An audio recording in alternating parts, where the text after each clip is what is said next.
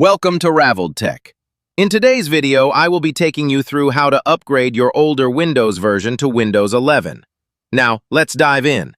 First, what you want to do is confirm the default language and installed language on your current computer. Let me show you how to confirm that by going to your command prompt.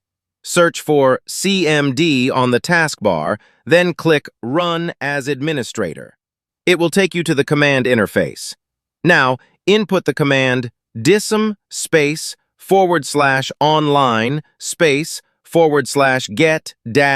/get-intl.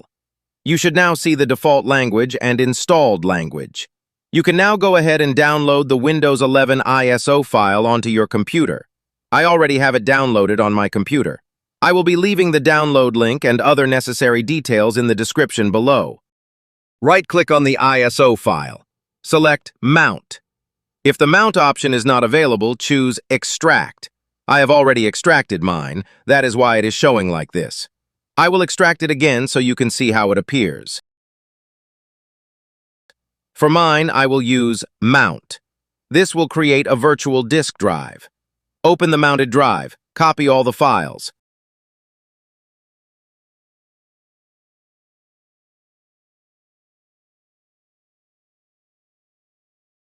Go to your local disk, C. Create a new folder named Win11. Open the folder. Paste all the copied files into it. Wait until that is done. Go to the taskbar. Type CMD to access the command interface. Right-click and Run as Administrator. Click Yes. Go back and copy the location path of the files. Paste it into the command prompt. Now type /setup.exe /product server. The installation phase will now appear. Choose Not Right Now to avoid installation issues. Untick the box.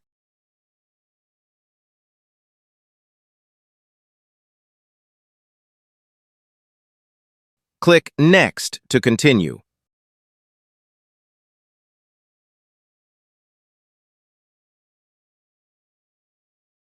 Allow the system to check your PC. Accept the license terms to proceed. Choose the option to keep your personal files and apps. For mine, I want my computer clean again to feel like new. I will choose Keep Nothing. Click Next. Allow it to check for space and other requirements. Click Install. Wait for the installation to complete. This stage might take a while. Allow it to complete without interruption.